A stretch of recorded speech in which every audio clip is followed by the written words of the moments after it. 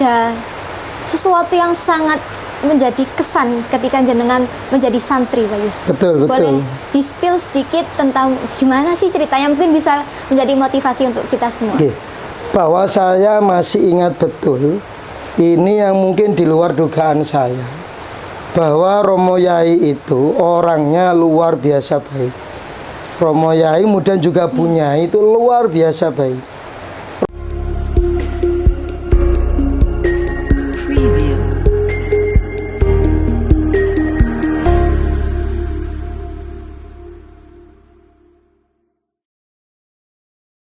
Assalamualaikum warahmatullahi wabarakatuh. Halo teman-teman semuanya, welcome to channel Maika Sidoarjo.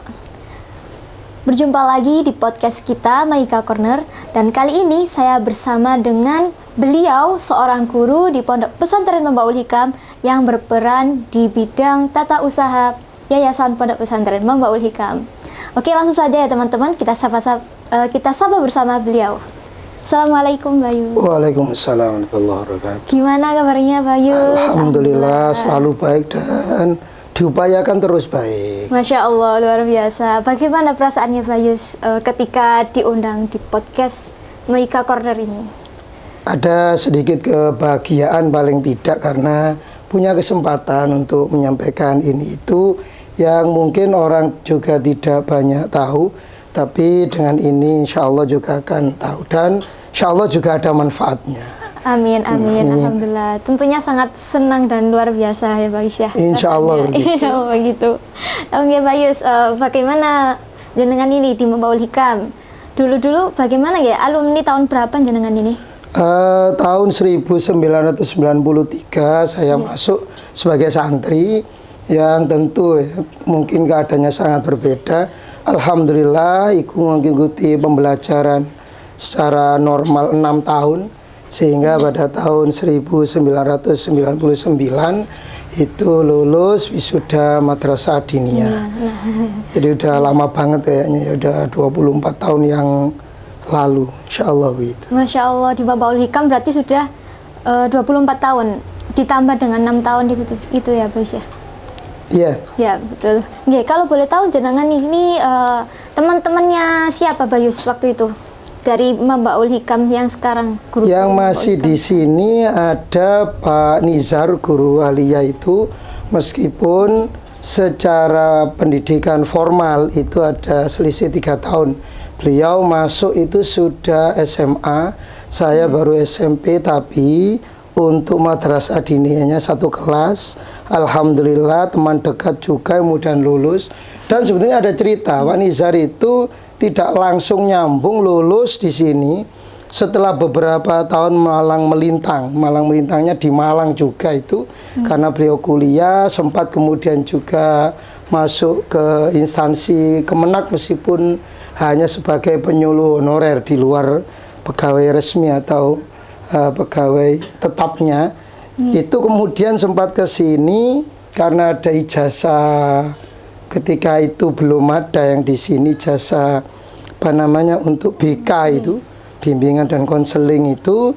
Beliau kemudian saya coba tawari, karena memang ketika itu madrasah aliyah butuh, bersedia, akhirnya masuk kembali ke sini. Yang lain tidak secara aktif. Ada Ustadz Salafuddin juga sama. Bahkan Ustadz Salafuddin yang ngajar kiroat itu, Ustadz Salafuddin itu sudah lulus SMA yang masuk di sini, sama-sama juga kemudian lumayan dekat. Tahun 99 juga akhirnya lulus itu. Dan alhamdulillahnya beliau terus nyambung meskipun di ekstra tilawatil Quran atau kiroat itu. Itu mungkin yang masih ada di sini. Ya, berarti banyak ya, lumayan banyak lah di sini.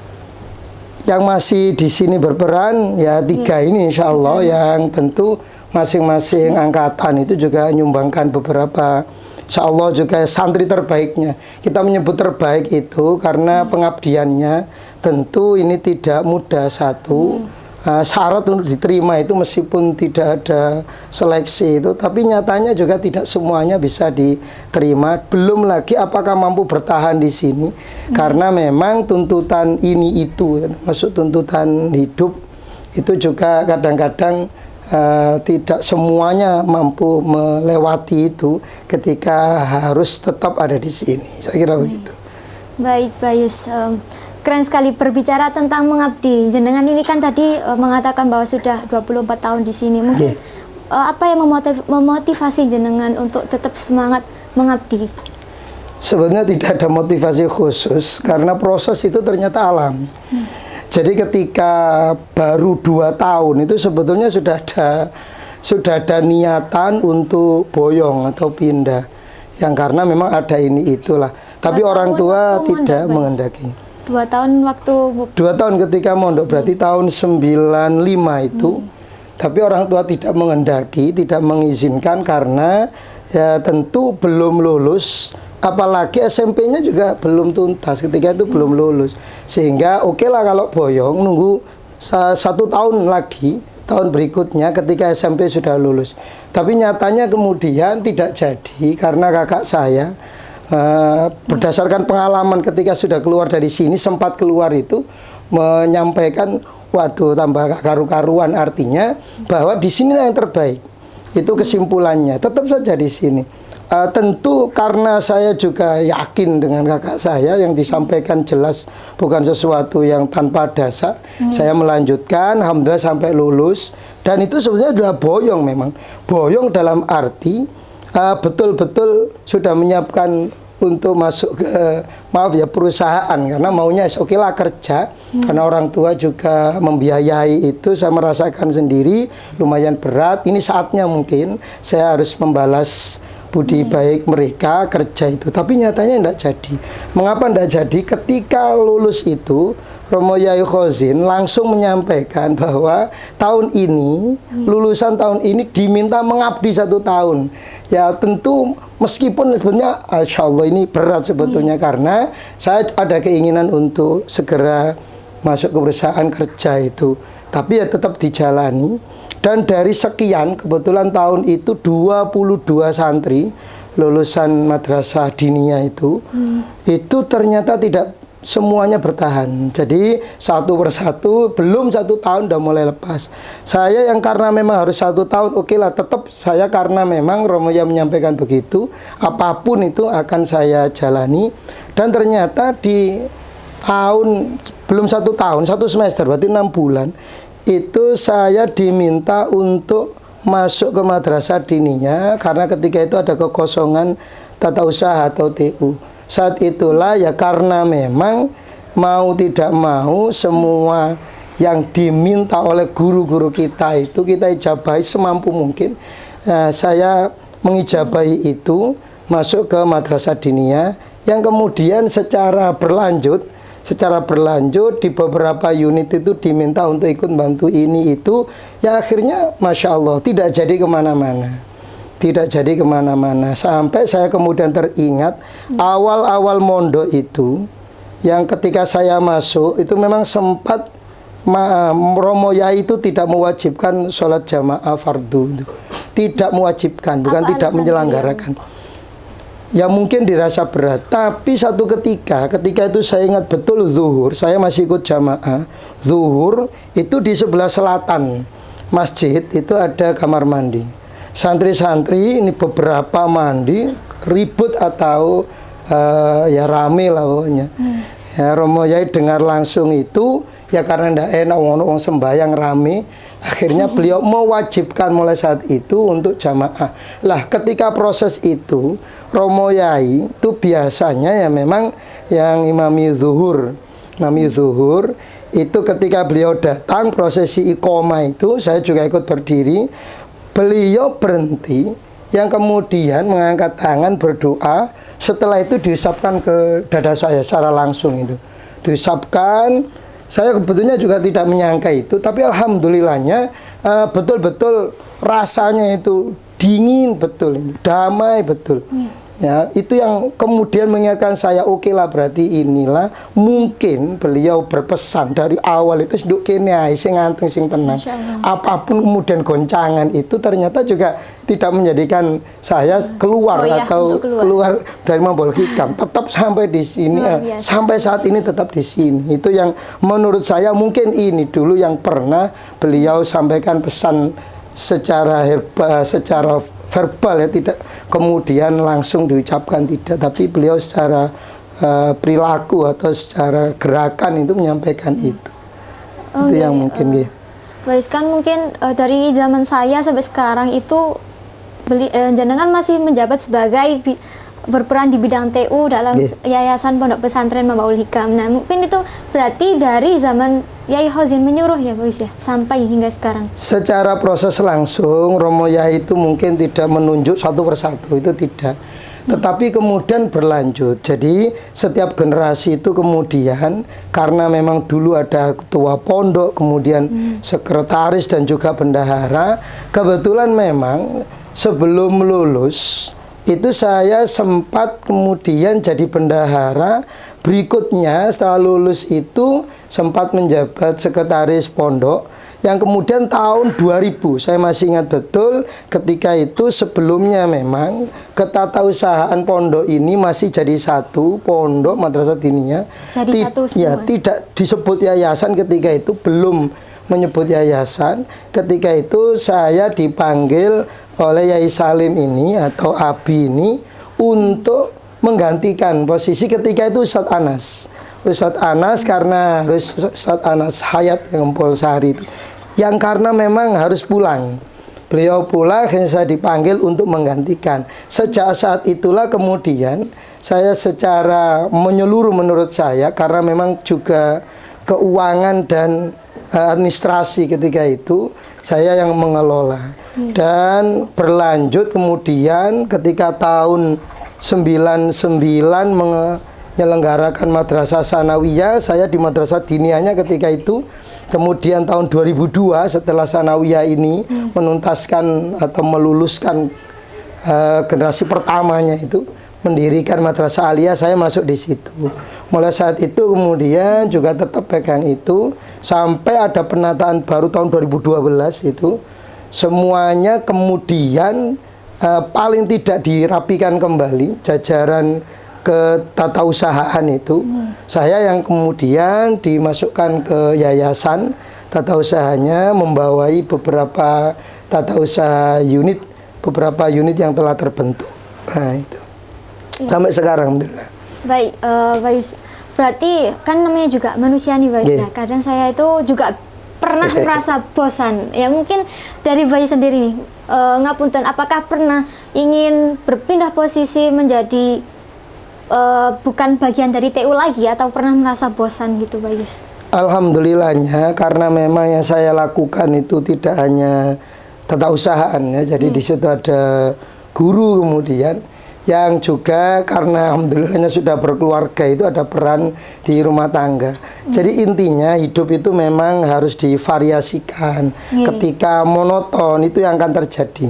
Bahkan ketika dulu kuliah itu, bagi saya kuliah itu bukan tujuan utama untuk cari gelar misalkan, atau bahkan menambah ilmu pun itu bukan tujuan utama. Tetap insya Allah banyak ilmu di sana, tapi lebih kepada hiburan. Bahwa kemudian karena di pondok itu mungkin ya, karena tidak bisa kemana-mana, ketika kuliah kita bisa kemudian mengeksplor diri itu keluar. Dan itu tidak melakukan hal-hal yang dilarang, sesuatu yang baik. Di samping itu ya tentu karena di luar itu, maka banyak yang kemudian bisa disaksikan, dan itu menyebabkan tidak jenuh. Semuanya mesti ada jenuh, tetapi ketika banyak variasi ya tentu tidak. Bahkan di rumah pun, karena sebetulnya saya juga tangan-tangan yang tidak mau diam, itu kadang-kadang cari aktivitas lain. Orang mungkin tidak pernah tahu ya, karena saya sendiri alhamdulillah kadang-kadang untuk sekedar hiburan itu menghasilkan karya yang orang insya Allah tidak nyangka ya, di bidang furnitur itu, atau buat alat, buat benda, atau buat wadah apa itu dari kayu, itu yang sering saya lakukan sampai sekarang ini. Ya cari kegiatan, bukan murni kemudian untuk pekerjaan, dan itu memang kepuasan tersendiri, hiburan juga yang insya Allah ya tidak jenuh. Karena kalau nuruti jenuh semuanya juga akan jenuh apapun, bahkan pekerjaan yang menyenangkan pun menjadi jenuh ketika tidak ada variasi. Jadi kata kuncinya variasi lah. Sama halnya yang mungkin belajar, mengapa kemudian jenuh? Ya mungkin dia fokusnya hanya belajar, coba sedikit bermain, atau belajarnya itu dibuat seperti bermain sehingga tidak terasa, sehingga tidak menjadi beban. Itu yang kadang-kadang tidak semua santri bisa menyikapi itu. Dianggap beban semua, akhirnya juga jenuh berat. Nah, insya Allah begitulah. Nah, yang lain juga sama saya kira. Baik, berbicara tentang kesibukan ini, mungkin tadi kesibukan dalam bidang ruang lingkup Membaul Hikam saja. Mungkin untuk di bidang yang lain atau kesibukan yang lain, apakah ada Bayus? Mungkin. Alhamdulillahnya seperti bahwa organisasi. kemudian ya saya di sini itu bisa dikatakan satu hari lebih full, berarti sekitar 12 jam lebih. Jadi yang sering itu tiap harinya jam 5 atau lebih lah itu udah datang sini, sudah sampai di sini, kemudian pulang setelah maghrib, jadi satu hari lebih, yang kemudian akhirnya tidak banyak waktu di luar. Tetapi ya tetap bahwa karena ketika prosesi baiat atau sumpah lulusan madrasah diniyah itu betul-betul sumpah itu diantaranya adalah mengamalkan ilmu. Dan itu tentu mengharuskan kita tidak menolak apapun yang mungkin masyarakat inginkan. Jadi kalau bicara bagaimana perannya di masyarakat, saya masih ada, masih mengikuti kegiatan tahlil, yasin tahlil di masyarakat ya di sekitar itu. Kemudian juga yang tentu kadang-kadang ya, padahal ya bukan sebetulnya siapapun bisa diminta ambil bagian ikut prosesi itu, doa atau apa biasanya itu. Kemudian juga masih mengisi khutbah Jumat itu, karena bagi saya jangan sampai ditolak, tapi tidak perlu minta-minta. Ya, jadi jangan sampai aku pasangan khotib, tidak, tapi ketika diminta jangan sampai menolak, karena sumpah itu betul-betul melekat, mengingat betul ketika itu langsung Romo Yai yang menyumpah bahwa lulusan ini saya dan lain-lain teman-teman itu harus mengamalkan ilmu dengan cara apapun, mana yang dibutuhkan masyarakat. Insya Allah masih ada perannya. Saya jadi teringat kata-kata bahwa amanah itu jangan dicari, tapi ketika dapat jangan lari. Begitu ya Bayus ya? Insya Allah. Insya Allah, luar biasa. Iya Bayus, kembali lagi ke dunia tata usaha. Mungkin yang perbedaan paling signifikan dari tahun dulu sampai sekarang itu apa Bayus ya di Membaul Hikam ini? Kalau dulu sistemnya manual, jadi keuangan itu yang karena memang di sisi lain perlu interaksi itu di pondok, sehingga ketika proses pembayaran di bidang keuangan itu semuanya langsung face to face, wali santri atau bisa santrinya bertemu dengan petugas, yang kemudian karena sistem ini mungkin dirasa lebih ribetnya, itu harus dengan jumlah santri yang semakin banyak, itu harus mendatangkan wali santri, menyiapkan petugas. Maka kemudian dicoba sistem digital itu kerjasama dengan bank, ini masih Bank Mandiri, tapi ternyata kemudian payment atau pengelola keuangan yang lain itu juga akhirnya mulai ada atau mulai banyak yang bisa. Sehingga ini perbedaan utamanya atau yang paling banyak. Meskipun ya, masih bisa nerima untuk yang manual tadi itu sesekali saja, karena membantu saja sistemnya itu, atau fungsinya membantu karena tetap digitalkan nanti. Dengan digital itu keamanannya tentu lebih terjamin, karena uang cash itu sudah masuk ke rekening yayasan, sehingga tidak ada uang cash yang itu kadang-kadang memang ya namanya manusia itu ada teledornya, kadang-kadang juga hilang. Meskipun juga alhamdulillah selama ini juga tidak terlalu masalah, karena memang secara jumlah tidak banyak yang hilang. Semacam itu. Ya, alhamdulillah. Mungkin dari suka duka jenengan menjadi sebuah kepala atau berperan di bidang TU itu sendiri, menurut Bayus kenapa nggih? Hampir sama, kehidupan itu ya semuanya ada warna. Tidak mungkin semuanya menyenangkan, tidak semuanya kemudian menyebabkan kesedihan. Jadi semua ada suka duka itu, sukanya itu kemudian kita bisa berinteraksi dengan orang lain, terutama oleh santri, dengan santri juga, yang tentu itu banyak membuka wawasan kita. Relasi juga tentu begitu, dan juga paling tidak mood kita atau perasaan kita juga lebih bahagia ketika bertemu dengan orang lain. Kenapa bisa bahagia, Bagus? Bahwa kemudian dalam kehidupan yang penuh warna itu, kita melihat orang lain susah payah kemudian harus membayar, itu kadang-kadang memang langsung menyampaikan itu. Betapa kemudian misalnya saya sendiri, alhamdulillah hal-hal begitu itu mungkin tidak sama dengan mereka. Jadi tidak ada masalah kita itu, masalah keuangan, kemudian bertemu dengan orang-orang yang ada masalah keuangan, itu kita alhamdulillah kita tidak sampai seperti itu. Ya, tetap kita kemudian juga mendorong mereka untuk tetap berusaha, bahkan mendoakan, ya karena tentu bahagia bagi kita ketika pembayaran itu bisa diselesaikan oleh wali santri secara menyeluruh, tidak kemudian ada yang sampai nunggak, itu bagi kita juga kesedihan.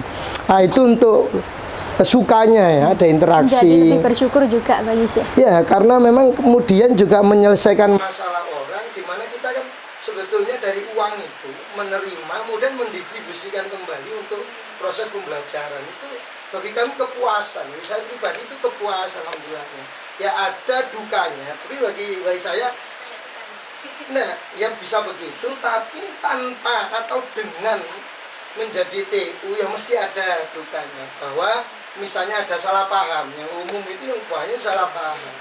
Misalnya kita sebagai manusia biasa mungkin ada kesalahan, tapi ya karena memang bagi mereka ya saya sudah melakukan proses ini dengan benar, dengan ketentuan yang sudah diberlakukan itu udah pas, tapi mengapa kemudian ada persoalan? Nah, itu yang kadang-kadang kita itu ya kena wanget lah, istilahnya tahu, kena getahnya ya. Jadi kadang-kadang dimarahi lah, kadang dilabrak itu, bahkan sampai kemudian marahnya betul-betul marah. Meskipun bagi kami oke lah, orang marah itu ya sudah sewajarnya, karena kita juga mungkin memang bersalah, meskipun di sisi lain mosok kudu koyok ngono, tapi insyaallah juga ya dinikmati apapun itu. Karena mengapa kemudian orang bisa merasakan rasa suka itu ya karena ada duka. Tanpa ada rasa duka, kemungkinan juga suka kita itu bukan kenikmatan. Jadi ya dinikmati saja, mesti ada, dinikmati saja. Jadi ya tentu ya salah paham, yang karena memang urusan uang itu sensitif. Orang mudah marah, mudah bahagia dengan uang itu yang kadang-kadang muncul. Insya Allah juga tidak ada masalah, lumrah-lumrah saja.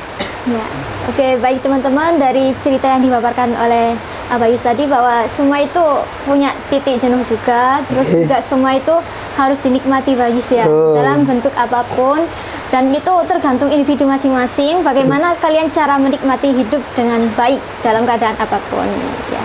Oke Bayus, mungkin di pondok itu saya kepo nih Bayus, saya tertarik karena lihat dari cerita jenengan tuh kayaknya orangnya juga loyalty sekali, setia gitu, istiqomah, setia gitu.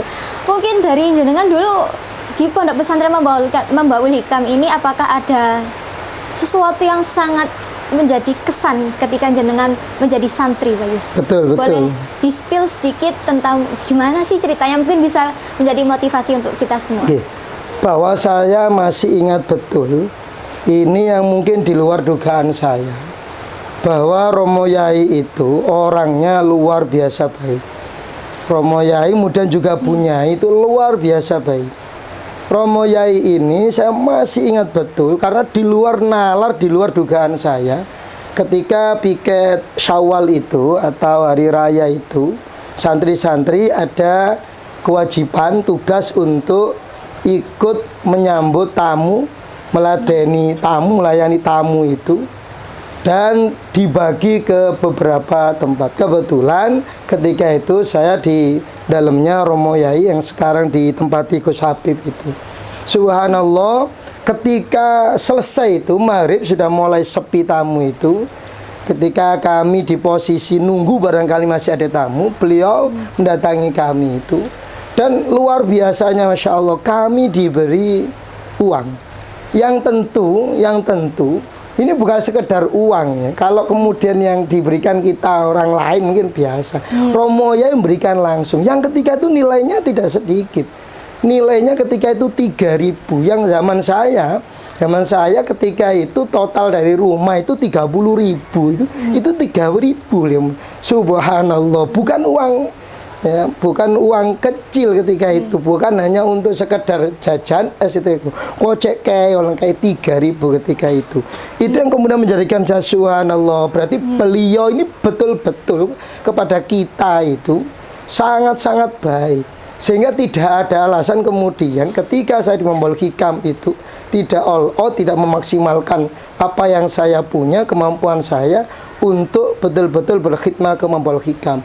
Belum lagi Bunyai ketika itu beliau kebetulan manggil saya itu memang manggil nama yang ya sebenarnya kurang pas ya, tapi itu yang beliau pakai, Cak Yusni itu pakai Cak itu kan, pakai Cak. Ya mungkin karena yang lain begitu akhirnya pakai begitu.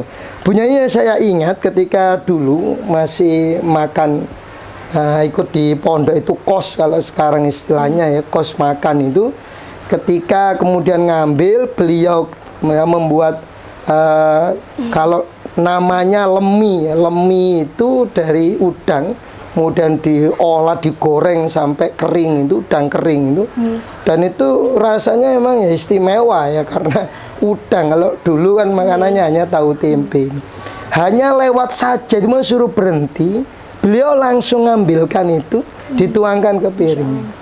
Padahal saya yakin betul ya itu untuk beliau dan Romo Yai. Hanya dengan melihat begitulah, dan bukan hanya saya itu yang lewat diberi, masya Allah. Berarti nggak hanya santri saja, Pak Yusni waktu itu?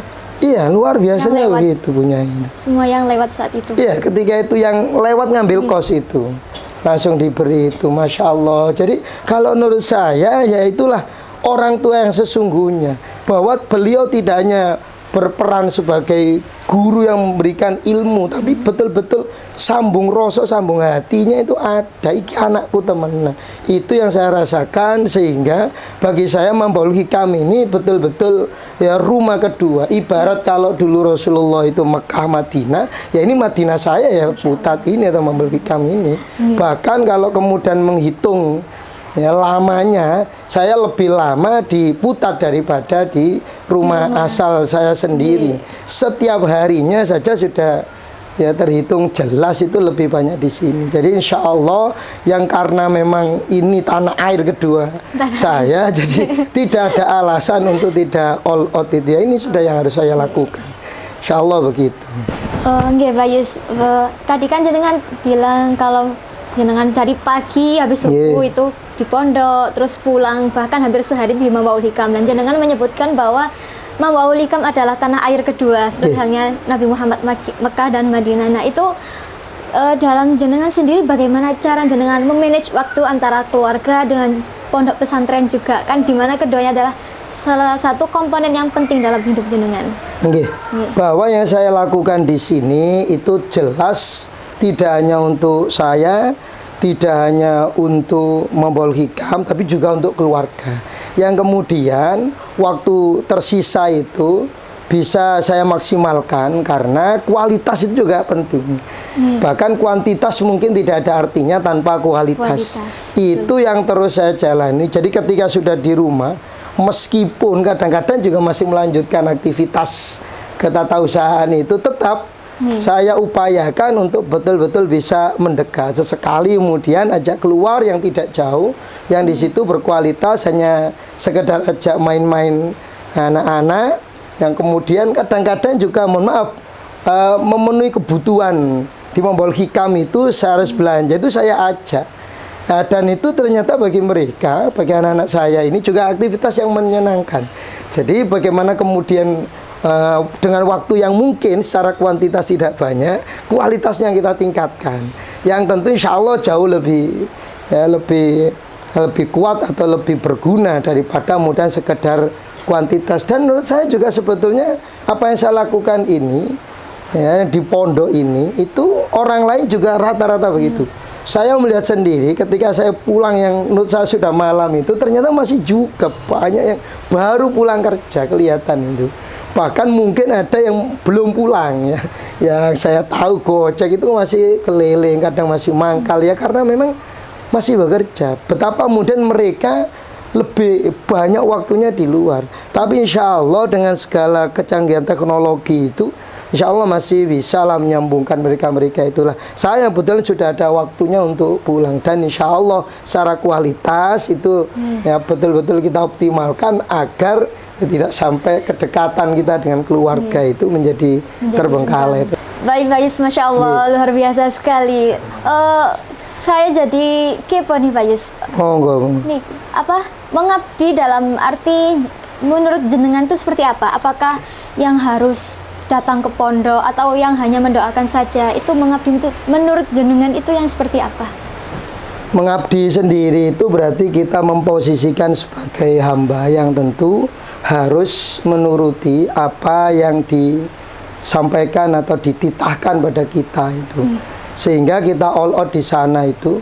Yang tentu begini, karena mau tidak mau ya, karena kita ini bawaannya orang atau manusia, prinsip kita tetap sama bahwa di atas itu ada Tuhan atau ada Allah di sana. Yang kemudian kalau itu memang masih atau ya manusianya dalam arti pimpinan kita, tetap prinsipnya la maksiata fil khaliq, la maksiata li makhlukin fi maksiatil khaliq. Bahwa ketika kemudian misalnya ada hal yang tidak tepat, ya tetap kita sampaikan. Bukan kita membangkang, tapi kita mengupayakan yang lebih baik. Dan itu kita sampaikan. Ya, tidak kemudian membangkang, tidak melakukan, tidak. Kita tawarkan apakah tidak yang seperti ini. Jadi kata kuncinya ya tetap all out kita. Karena hamba itu atau mengabdi itu menghambakan diri. Karena memang masih manusia ya, tidak kemudian harus dituruti atau dilakukan semua. Kita masih tetap bisa bergaining, tawar-menawar, mana yang lebih baik. Alhamdulillahnya di sini itu membuka diri semacam itu. Jadi tidak kaku. Yang karena memang ya semuanya tahulah, manusia tahu, insan pesantren itu dengan ilmunya itu sadar semuanya masih manusia, ada kesalahan yang tentu dalam mengambil semua kebijakan itu atau aturan itu tidak serta-merta, tapi harus ada syawir atau musyawarah atau rundingan itu karena memang ingin yang terbaik. Jadi tetap all out tanpa meninggalkan kodrat manusianya, kita masih tetap bisa untuk memberikan usulan-usulan yang mungkin lebih baik gitu. Baik, luar biasa sekali Bayus. Ya, gak sadar ya teman-teman ya, dari awal sampai akhir ini bahasanya itu luar biasa sekali karena beliau sangat terbukti sekali tentang loyalitinya kepada Pondok Pesantren Mabahul Hikam. Mungkin dari Bayus sendiri harapan sebagai peran dalam dunia TU, harapan Bayus untuk Pondok Pesantren Mabahul Hikam ini apa nih? Oke. Atau secara menyeluruh ya, karena ketatausahaan itu sebetulnya hanya jembatan untuk proses itu agar bisa berjalan dengan baik ya. Tata usaha, tata sendiri itu yang menata usaha itu mengupayakan yang terbaik. Jadi itu yang kami lakukan. Jadi TU itu ya memang laki-laki harus all out. Bagi saya ke-TU-an sendiri itu bukan murni ke-TU-annya. Jadi intinya bagaimana kemudian mengkondisikan lembaga-lembaga itu tetap berjalan dengan baik. Yang kita tahu memang kadang-kadang guru itu butuh administrasi. Ya, TU ini yang kemudian memfasilitasi itu. Bahkan dalam hal-hal sederhana, mohon maaf kadang-kadang yang karena memang lumayan lama di sini itu guru-guru itu butuh konsumsi, butuh ini itu ya, kadang-kadang TU juga ikut berperan di sana. Bagi kami bahwa TU itu ya tetap harus all out itu ya karena memang fungsinya itu. Harapannya ke depan ya tentu dengan teknologi yang semakin berkembang itu, saya juga melihat sendiri TU sekarang juga sudah mulai mengikuti perkembangan zaman. Teknologi yang canggih itu sudah mulai diikuti dan itu tidak bisa tidak. Dan nyatanya negara sendiri ini dalam hal ini tentu pendidikan ya, dinas pendidikan maupun Kemenak itu juga menghendaki semacam itu. Penilaian misalkan yang nyata itu ya sudah semuanya juga digital, dan itu TU juga alhamdulillah masih mampu mengimbangi. Dengan begitu insya Allah juga karena perannya yang meskipun secara jabatan itu sepertinya biasa-biasa saja, sebetulnya TU punya peran yang besar, dan selama itu dijalankan dengan baik, mengikuti arus perkembangan diantaranya teknologi itu, insya Allah juga semakin menjadikan Membaul Hikam ini paling tidak ketinggalan, bahkan insya Allah bisa melebihi yang lain. Yang kita tahu Membaul Hikam di Sidoarjo ini sudah punya nama, sudah punya tempat tersendiri, ya tentu harapannya tetap bertahan bahkan bisa berkembang. Semua masalah yang tentu harus ada, yang karena memang sudah ditentukan begitu, insya Allah juga bisa menyelesaikan. Maka doa dari semua pihak ini juga terus kita harapkan, upaya-upaya apapun bentuknya dari semua pihak juga kita harapkan tanpa menutup mata ya. Jangan dikira yang di luar itu tidak ada peran, bahkan mungkin di luar itu perannya juga besar, itu hanya kita yang tidak tahu. Misalkan ya bahwa wali santri atau bahkan alumni itu kadang-kadang kita tidak pernah tahu menyarankan untuk mondok ke sini itu siapa kira-kira. Kadang-kadang kita tidak tahu ya, tekon dia menik informasi. Kapan hari itu saya di perbatasan Gresik itu, kok iso main Gresik itu kok ero pondok kini, yang ternyata ada informasi. Jadi ceritanya itu karena memang orang tuanya itu salah satunya ini ayahnya asalnya dari sekitar Sukodono itu, kemudian kenal dengan salah seorang guru di sini, bahkan dalam Lora Agus kalau tidak salah itu ketika itu, yang kemudian maunya mondokkan anaknya di sini. Karena ini anaknya temannya, wis aku tak melok sisan. Ternyata seperti itu. Bahwa kemudian orang lain yang mungkin kita tidak pernah tahu, bukan bagian langsung dari Membaul Hikam, ternyata juga punya peran yang besar. Jadi tidak menutup kemungkinan, karenanya apalagi alumni wali santri ya, apalagi yang masih di sini, jangan sampai tidak mendoakan atau tidak melakukan apapun sesuai dengan mungkin posisinya, atau tidak jadi apa-apa. Saya kira masih ada peran di sana, yaitu banyak mendoakan.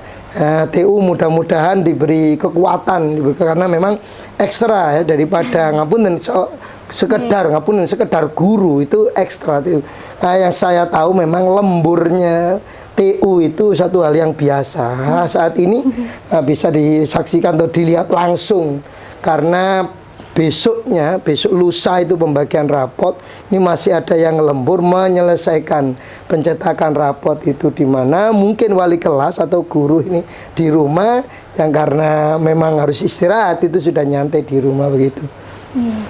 Baik Pak Yus, mungkin ya tadi kan jenengan juga bilang tentang Membaul Hikam yang namanya sudah di mana-mana, nggak tahu dari siapa kok tiba-tiba banyak aja yang tahu tentang perkembangan pondok ini, dan banyak yang ingin memondokkan anaknya di sini.